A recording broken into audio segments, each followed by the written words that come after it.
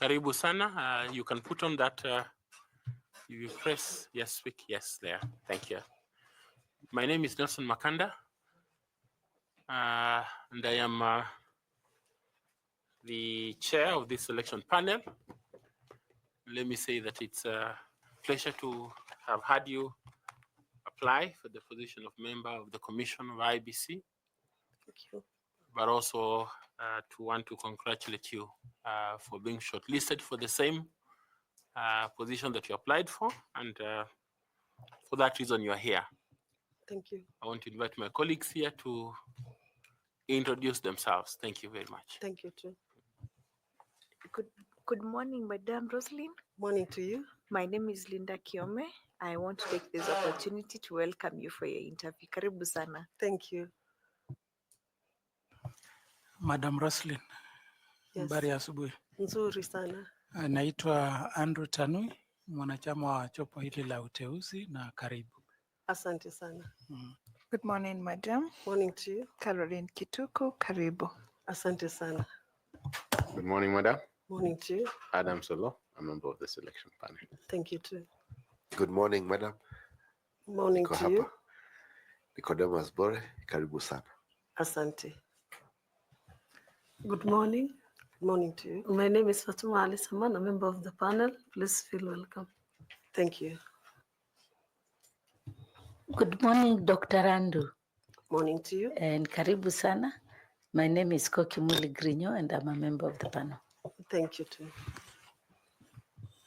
Good morning, Roslyn. Morning to you. My name is Evans Misati. I'm a member of this selection panel, and we welcome you. Thank you too. Now we come to you and we ask that you introduce yourself, highlight those things in your profile that are significant for us to know, but also significant for the role you have applied for. Let us know if you're a member of any professional society or group, and if you have received any award or honor in the course of your career. Kindly welcome. Thank you very much, Chairman. First and foremost, I'm taking this opportunity to thank you for having selected me for this interview. To me, this is not something small or insignificant. And thank all of you for being here for me, so that you listen to assess my capability or ability in this position. So I start by introducing myself. I am Dr. Roslyn Randu. I'm a Kenyan. I come from Kilifi County, that is my home county, and specifically Malindi constituency. I'll start by giving a brief background about my academic journey. I schooled in Malindi in a primary school known as Panju Primary School. I sat for my certificate of primary examination. I passed, and I was enrolled or admitted to a secondary school in Taita Taveta, Mari High School. I learned in that school for 4 years, from 1980 to 1983. At that time, it was the previous, it wasn't the 844 curriculum or the CBC curriculum. So I proceeded for my A-level in the same school, and I had a first attempt. I sat for the exam. I did not make it to the university. So I repeated in the same school in the 6th form. So in this second attempt, I managed to pass, and I was admitted at Kenyatta University. I was admitted to study Bachelor of Education degree in arts, actually, in Kiswahili and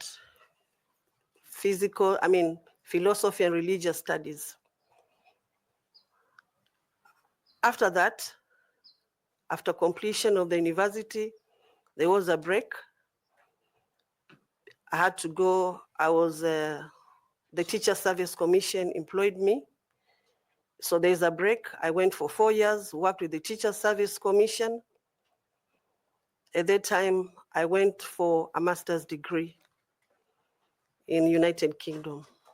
So I went for a master's degree in United Kingdom, Birmingham University. And I excelled or graduated in 1996. In the following year, I remained in United Kingdom and I enrolled for a diploma in public relations and journalism. This was a part-time course. It was an online course. And within that 1 year, I also enrolled in online courses. These were not online, but I enrolled for diploma courses, IT-related courses. Actually, they were just computer packages. But at that time, it was when the computer era, or I think there was much of this interest in computer knowledge and skills.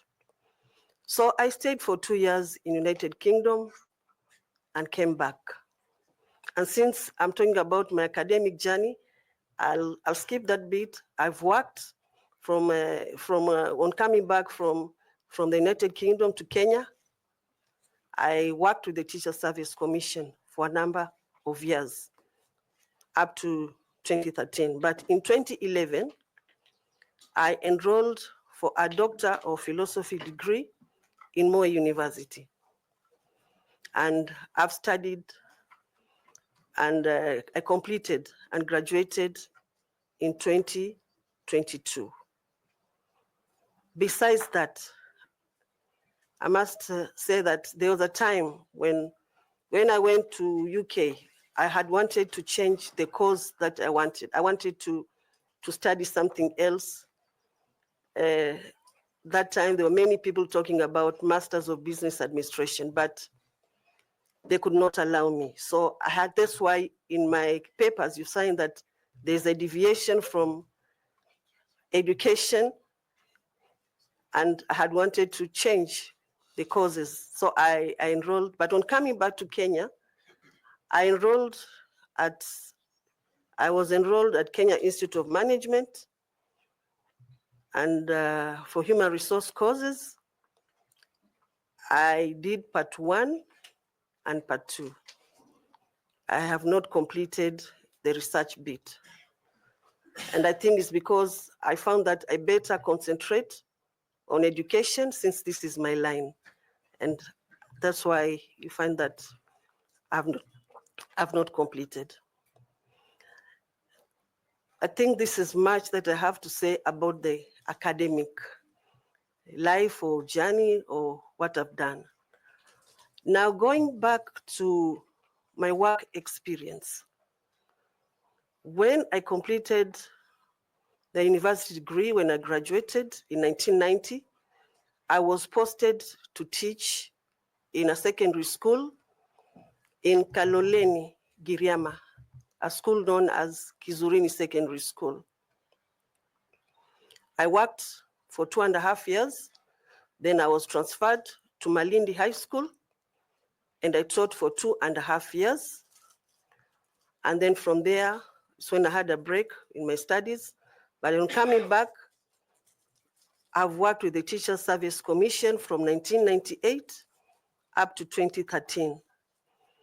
This time, I was posted at Shanzu Teachers Training College to work as a college tutor or a teacher trainer. In 2013, or the onset of devolution, I saw the advert. The county governments wanted people to go and work for the new established county government of Mombasa. So I applied and I was successful in that interview, and I was appointed as a member of the Public Service Board, Mombasa County. I worked for 6 years, and at the end of the contract, I also have worked as a director of vocational training in the Department of Education. Then after that, I've worked as a chief officer for the Department of Education and Vocational Training. I worked for 8 months, and currently I am the chief officer for the Department of Blue Economy, Cooperatives, Agriculture, and Livestock. I have worked in those capacities. And for this job, I feel that I have the adequate requirements. I have a Kenyan citizen. I have the minimum requirement of a bachelor's degree in education. And I also believe that I am a person of integrity. Thank you. Thank you very much, Linda. Thank you, Chairman. Madam Roslyn, if you're appointed as a member of the IEBC Commission, what relevant experience are you bringing into the IEBC? Okay. Thank you, Madam Kiome. As Dr. Roslyn Randu is an educationist, I've learned basic knowledge in education, and I've also worked in the education sector for very many years. So I believe the skills and the knowledge that I have in the part of education, I believe that the skills and the knowledge that I have will be relevant in the field or in the Directorate of Voter Education. Now, I think that will encompass the issues of finding what the curriculum is. I know what the content is, but checking the curriculum again and finding if it's applicable and relevant for the Kenyan context, because the environment is changing. So we cannot say that we'll use the same content of that curriculum now. I have to find out the environment and scan and find, because like now, we have different stakeholders who are having a great voice in issues of elections. The current uprising of the Gen Z and what they want. Is this curriculum or this content relevant for them? This is one area that I will look into it. Then the issue of how the information will reach the public, the citizens of Kenya. What kind of content? The method that will be used.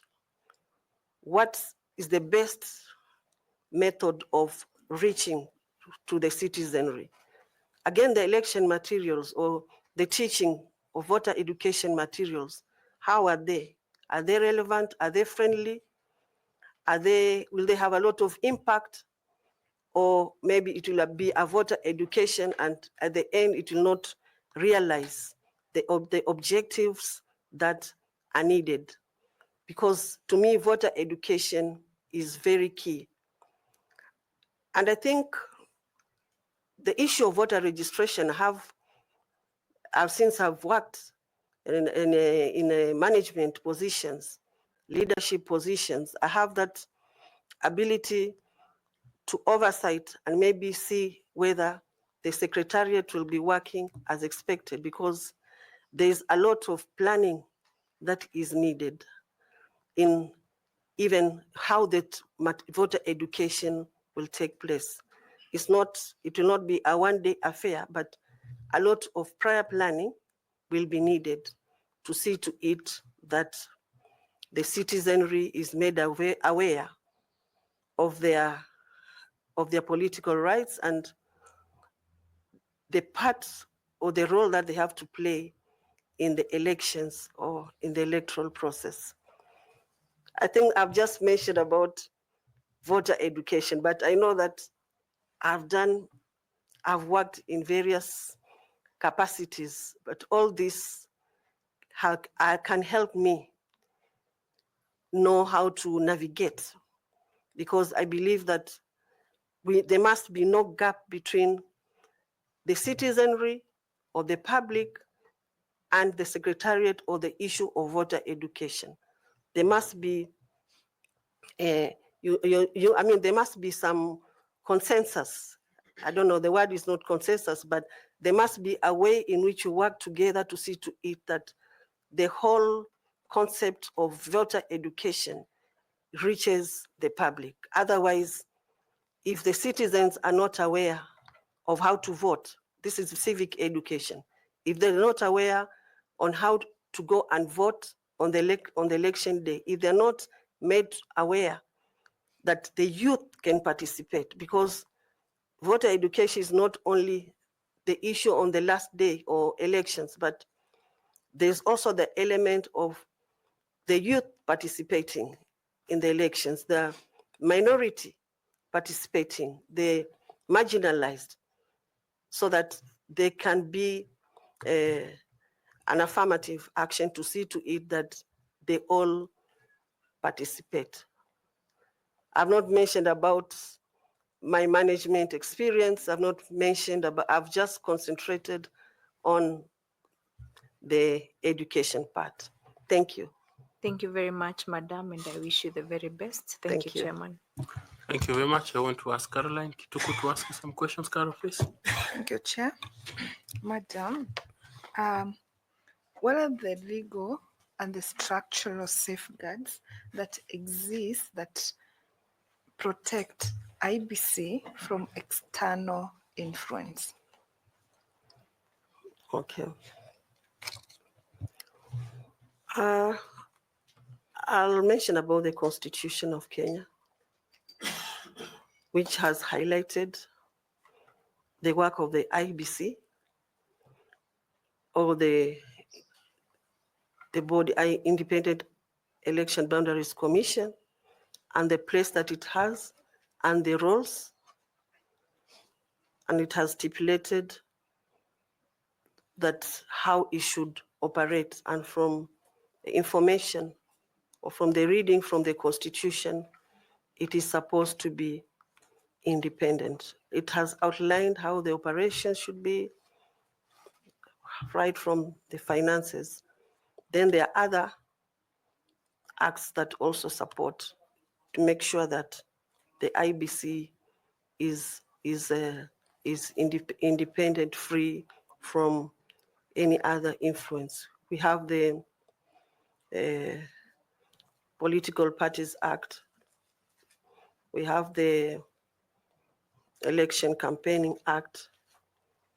I believe these are some that can make IBC forming that part of the legal framework. Thank you. So just for clarity, you have outlined the Constitution, the Political Parties Act, and the Campaign Financing Act, if I got you right. So how do these particular laws safeguard IBCs from political or other interferences when it's performing its mandate?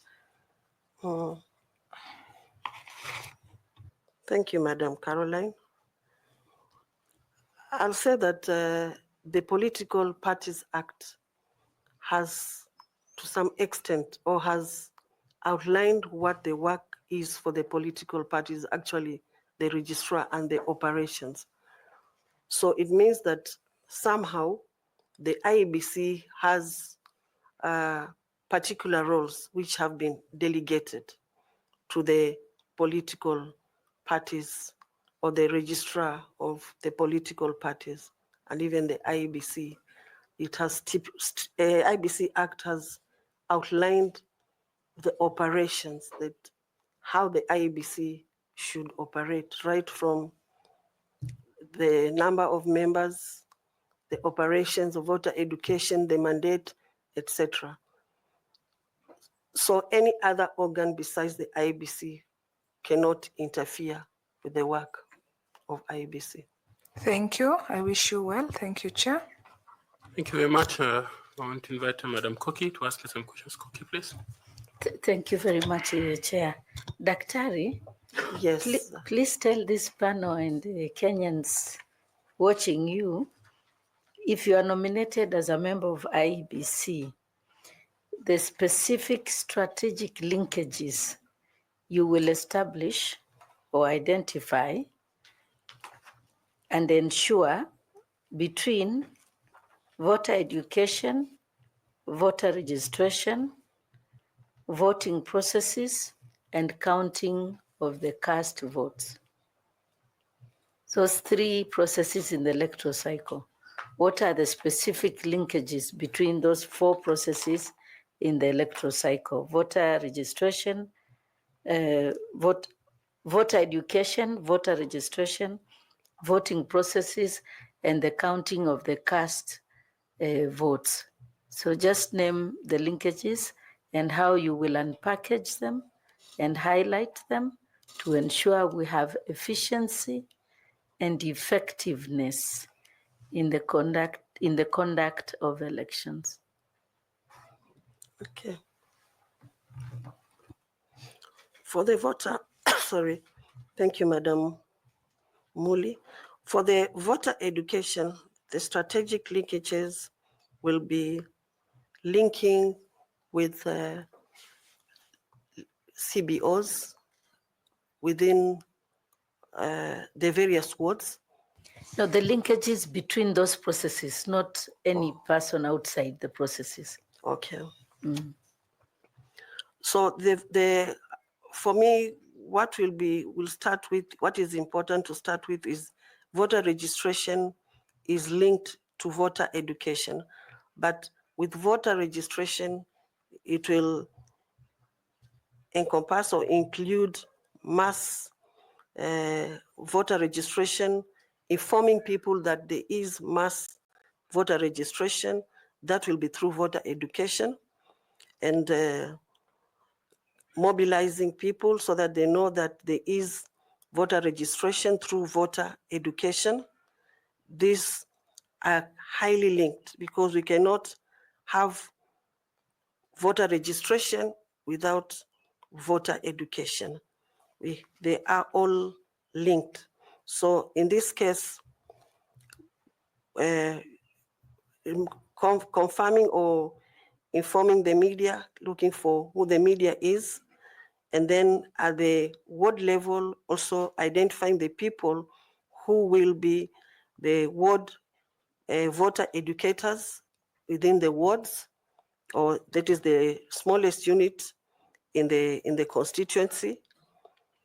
And then in the voting processes, there is a lot of education, there is a lot of voter education, because the voters must be informed on how the voting will be actually, even before. But if I concentrate on the voting day, on the polling day, what will be there at the polling station and the process, that there will be identification of their IDs, there will be identification of the biometric voter registration, identification through that, and how they should take the ballot papers so that there aren't many spoiled votes, and that at the end they'll also have marking on the fingers on that particular day.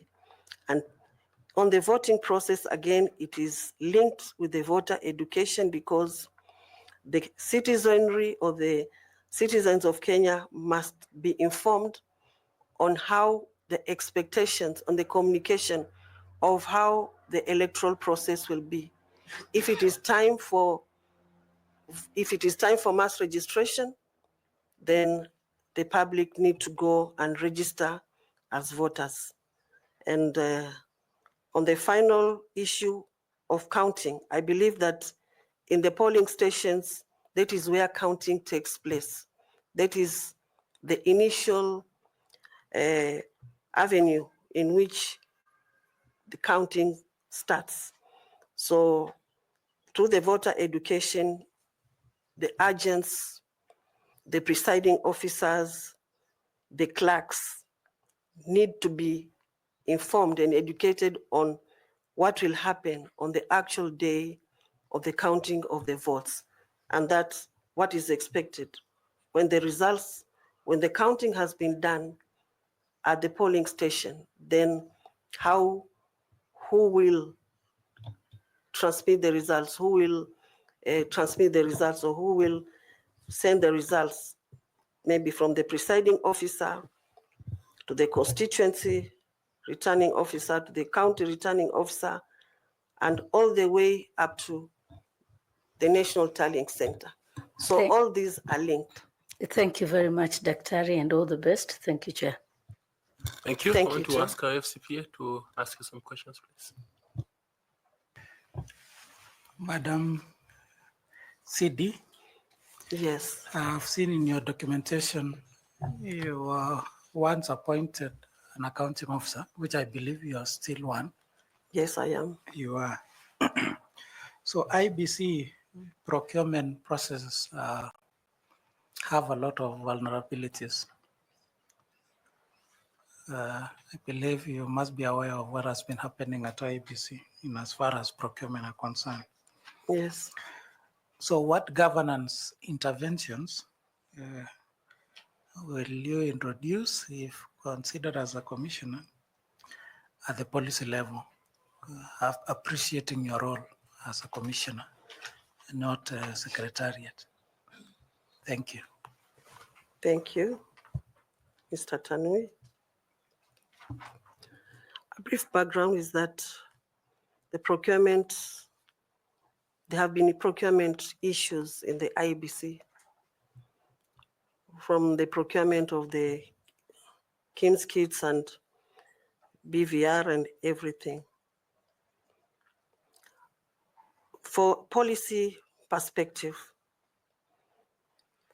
I believe that we must outline in the policy that the procurement process needs to be transparent. Then everyone in the IBC, the secretariat, they need to know that they need to be accountable of all the actions that are there. Then another policy aspect that I might introduce is the issue of ensuring that the procurement process, there's a good plan on the timelines or the time frame on how the procurement will be, right from the procurement plan, what time will it be done, as far as the overall electoral process is. Then we also must find in the policy, finding out the budget, getting to know what the budget is in good time from the parliament, so that there isn't delay, that this time has reached to procure the 𝐒𝐲𝐽 kit, and we have not yet received the budget or the monies for the procurement. Because when that happens, then it means that that will be a problem. It will be a policy problem, and it might affect the whole of the electoral process. there is also the aspect of integrity that should be in that policy, integrity of everyone who is involved in the procurement process. Then I know what the government has done.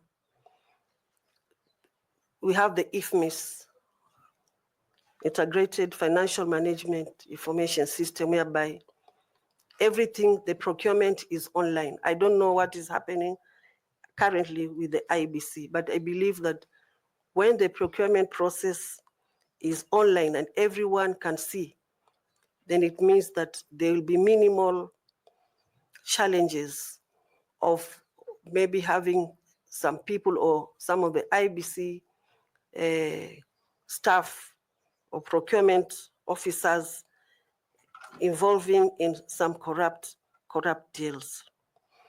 So mine will be to check what the policy is and what are the gaps in the policy and what can be made better so that the policy can realize the electoral process in a timely manner.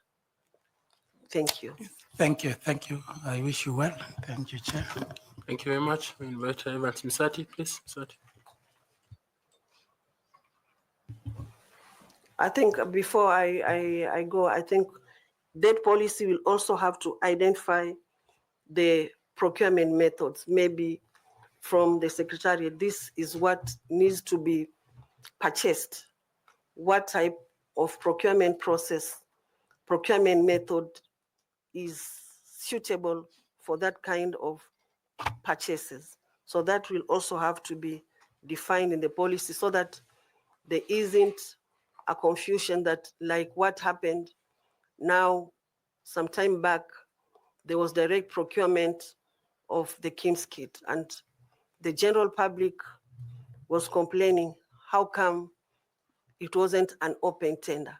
So maybe in that policy, it should be able to specify which methods are appropriate for the type of purchases, because I know that the procurement department already knows what they purchase on yearly basis from the BVR kits, from the election materials, from the ballot boxes, and general services that are needed. Fair in enough. the IBC. Thank you. Thank you. Thank you. Misati. Thanks so much, Chair. Roslyn, in trying to understand your knowledge on IPC, Okay. demonstrate your understanding of the governance issues in IPC between the commissioners and the Secretariat, and how they exercise the governance issues, particularly on human resource.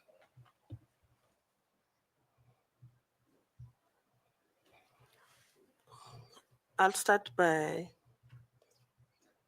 outlining the role of the Commission very briefly. That the mandate of the IBC commissioners is oversight and strategic direction, or providing strategic leadership of how it should run, and also other aspects or the other mandates that are there, like voter education, etc. Voter education. But specifically, the IBC plays the oversight role while the Secretariat implements the decisions that are there. Sorry to interrupt you. I'm requesting we focus ourselves to the relations between the commissioners and the Secretariat and how they report to each other in terms of human resource. Who reports to who? Okay. All the way. Thank you very much. To me, the Secretariat reports to the commissioners. We have a chief executive officer who is in charge of the whole secretariat, and the CEO now reports, is a secretary to the IBC. Besides that, we have a number of HR officers, HR people, we have the staff, we have people who are in various committees. Then I believe there's the issue of, if it's HR, the issue of the salaries of the staff, the salaries of the commissioner. But the secretariat reports to the commissioners, to the commission, the commissioners.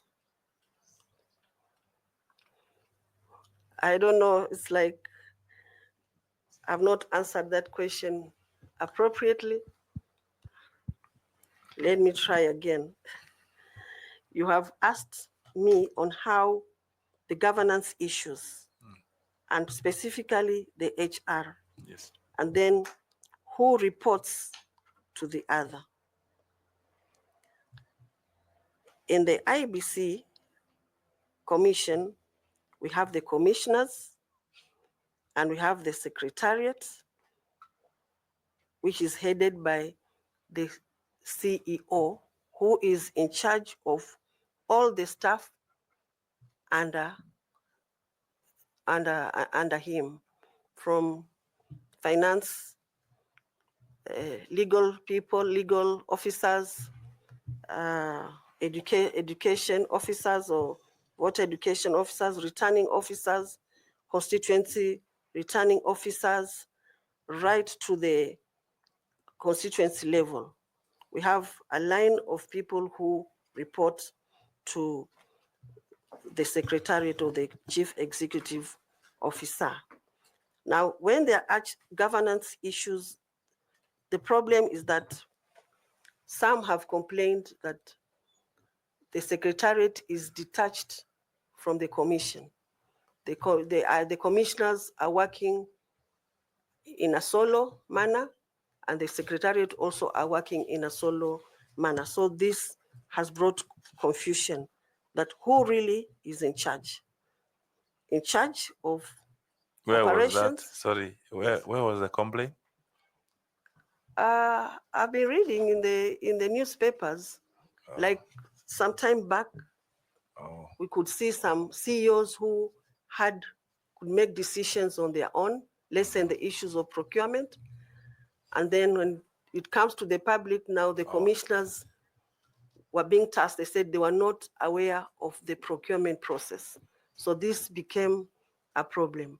Now, when it came, I think there's some instances whereby even reached to the court to determine what the problem was. Thanks. Oh, that's what you're referring to. Okay. Thanks so much, and I wish you all the best. Thank you. Thank you. I want to invite Fatuma to ask some questions. Fatuma, please.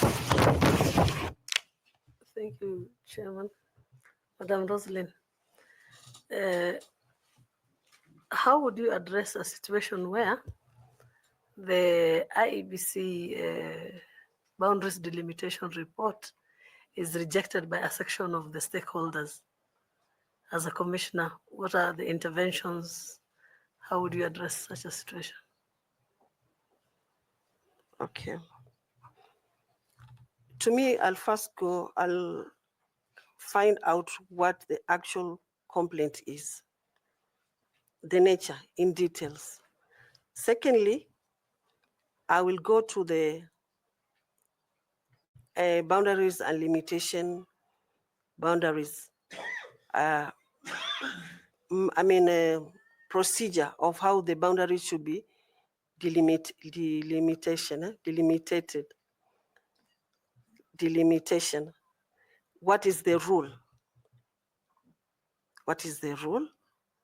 For instance, there might be a complaint that the members are few, or they should maybe in another boundary or whatever, but now that will be on what the rule is for the delimitation. Like it says that you shouldn't have 40% from the population. It's called what? The proportion, population, proportion of the national census. We get the data from the national census, then we find out that there must be a proportion. It should be 40% for cities and other areas, and should be 30% for other areas that are not sparsely populated. Now we'll go to that and find out whether, as per where they are they within that limit? Are they within that percentage? Maybe they do not know what the rule is, then I will enlighten them on what the rule is, because the issue of boundaries operate under a rule. So it's not like I want to be in this ward or in this boundary, but that will depend. Let's say if the population in that boundary or in that ward or in that constituency does not meet that number, then it means that it have to be merged with another boundary and merged. So we have to find out on the population, the proportion of the population, and the 40% and 30%, and then where do they fall? Thank you. Thank you very much. I wish you well.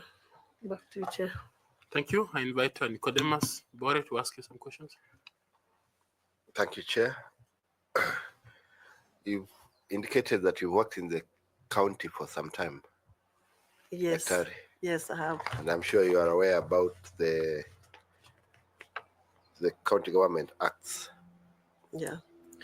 What leadership role is expected of an IEBC commissioner under the County Governments Act when supporting electoral activities at the county level?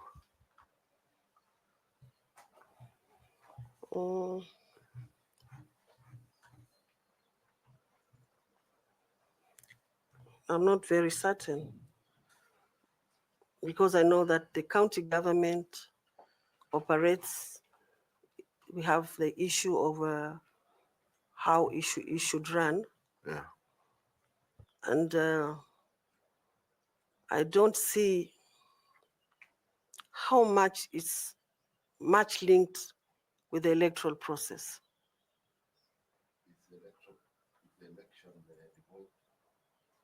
Election of, we have the election of the governors at the county level. We have the election of the ward representative. We have the election of the senator and members of national parliament, and even the women representative.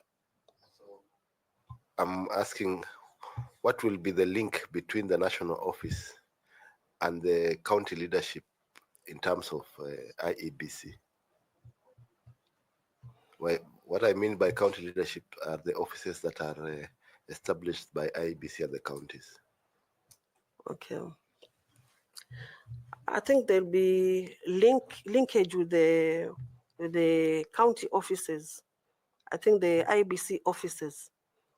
I know the office is concerned with the voter registration.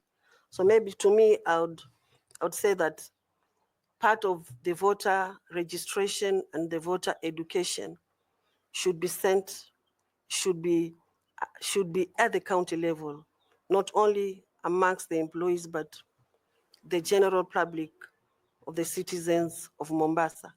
Because, so it will be important to see to it that the citizenry is made aware of the voter registration and the whole of the electoral process, because when there's low voter turnout or when there's low voter registration, then it means it will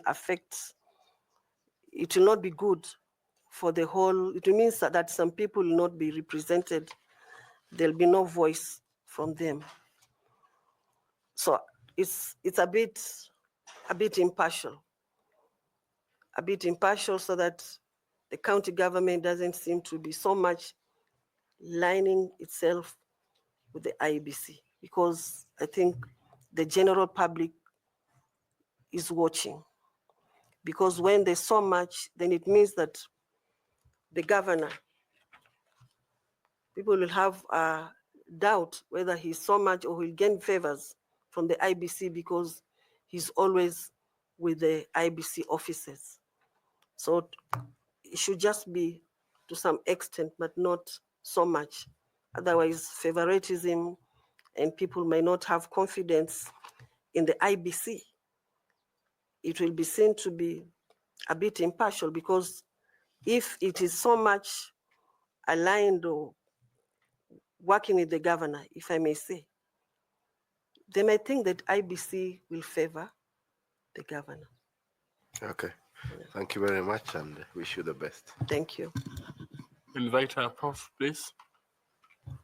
Thank you, Chair. Let's go constitutional a little bit, Rosalind. Okay. From a constitutional standpoint, first, you know that IEBC has some deficit. I'm sure you're aware of that. Yes.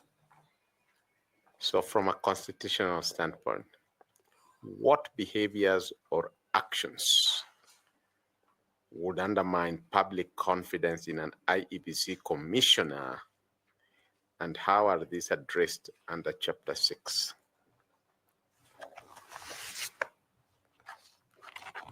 Chapter 6 is about leadership and integrity. And I believe a commissioner should be a person of high integrity. This is what the Constitution stipulates. And so, again, even so, there's the issue of being professional. There's the issue of being transparent and accountable for all the actions that the commissioners take. Every step, the general public is watching. Even like now, they are watching, and they want to see what type of commissioners or the quality of the commissioners that we'll have. So I believe that free from corruption issues, high integrity of the commissioners in the way they behave, in the way they operate, being impartial and no favoritism, and being transparent and in each step of the electoral process. If it is voter education, then transparency from the voter registration. The final list of the poll register should be made public. This is transparency and accountability. With that, I believe that they will have confidence in the commissioners and in the IBC. Otherwise, if the operations are sometimes not very clear, the general public will poke holes and feel that the IBC is like the other IBCs. So I believe that the leadership and integrity part is very, very important, that people see that we are professionals, or the IBC is led by professionals, right from the commissioners and even up to the secretariat. Thank you. Quite a number of Kenyan commentators have said that this position of IEBC commissioner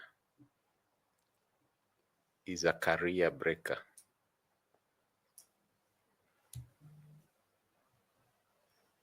Why would Rosalind C.D. Randu be interested in what is being described as a career breaker?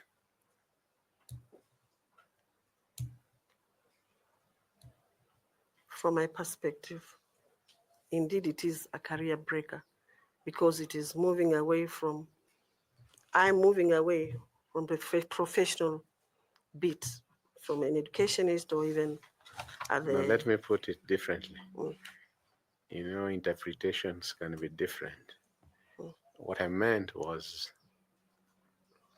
we have seen commissioners being compelled to exit before the end of their tenure. We have seen commissioners abandoning their jobs when they were supposed to go and bring ballot papers. We have seen commissioners running into exile. That's what I meant, not in terms of change of career. Okay. Why? Given that live evidence. Actually, I've seen it, and it is true that the previous commissioners had to exit, and some already in exile. Sometimes it's the pressure of the work and the political interference to some extent, not all the time, but to some extent, maybe at the constituency level and even to the presidential elections. But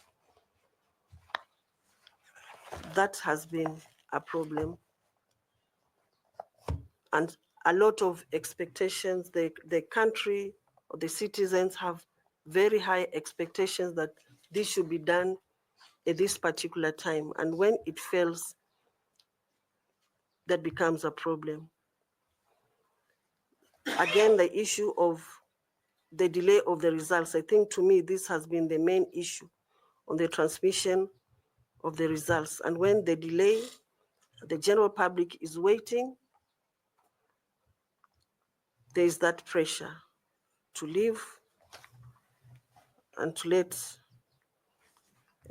everything take its course. Thank you, Chair. Thank you. Prof, do you want to ask any further questions? Sure. Rosalind Randu. Yes, Professor. This is a segment in which we ask high school questions, and there's no better person than an educationist who is aware of high school questions. So let me start with the most basic one. Name the curriculum changes in Kenya's education system since independence. Okay. From the independence, after the Ominde Commission, after the elaborations, we had the 7-4-2-3 system. 7 years in primary, 4 years in secondary school, 2 years in A-level, and 3 years in the university. Then, during the Moi era, there was a change in the curriculum because it was fair. The research showed that the 7-4-2-3 did not make the citizens of Kenya adequate. They did not have adequate skills. So it was changed, and there was a reform to 8-4-4. That was in 1985. And then recently, now we have the CBC curriculum, 2-3-3-6-3, whereby we start with 2 years in PP, okay, like the nursery, then 3 years for grade 1, 2, 3, then it continues to more 3 years. Then we have, it's about the junior, senior school, and then this will have 3 years in the university, 2 633, Thank whereby you. it concentrates on competencies of the learners instead of only skills. Thank you. That was very easy stuff for you. Let me try another one that may not be so easy. Name 3 African capitals located on the shores of their respective coasts. 3 African capitals located on the shores of their respective coasts. Well, I know one of the countries' capital is Moldova. Moldova. That's in which country? I'm not certain whether it is in Madagascar or Seychelles. Any other? 20 seconds. Thank you, Chair.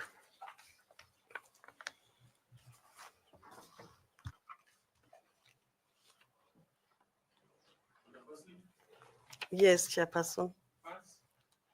Yes. Okay. So, I want to thank you for your time. And I don't know whether you have any comment or question. I don't have any question, but I just want to take this opportunity to thank all of you for having taken your time to listen to me in answering the questions in this interview. Thank you very much. I'm looking forward for positive results. That's what happens, quite expectant. Otherwise, I don't have much. I appreciate the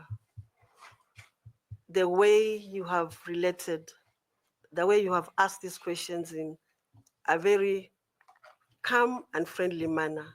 I've not panicked. You know, sometimes you go for an interview and you panic, but you are very good. You have made the atmosphere very conducive. Thank you. Thank you. We appreciate your comment. Brother at the door has your certificate, so you hand them over to you. The notebook and the pen are yours. And if you so wish to use the water also, blessings to you. Okay. Thank you. Bye. Thank you very much. Safiri salama. Asante. Asante.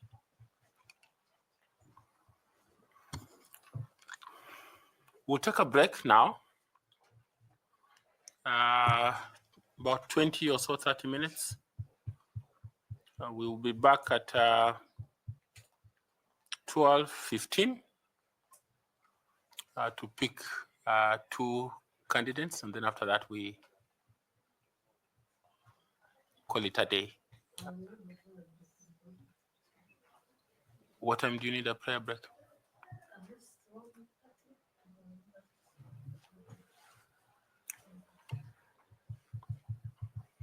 1:30. For how long? So we'll talk about that anyway. Sawa, thank you. Sawa, but tukutane na the rest of the team, the media and the others at 12:15. Thank you. Asante.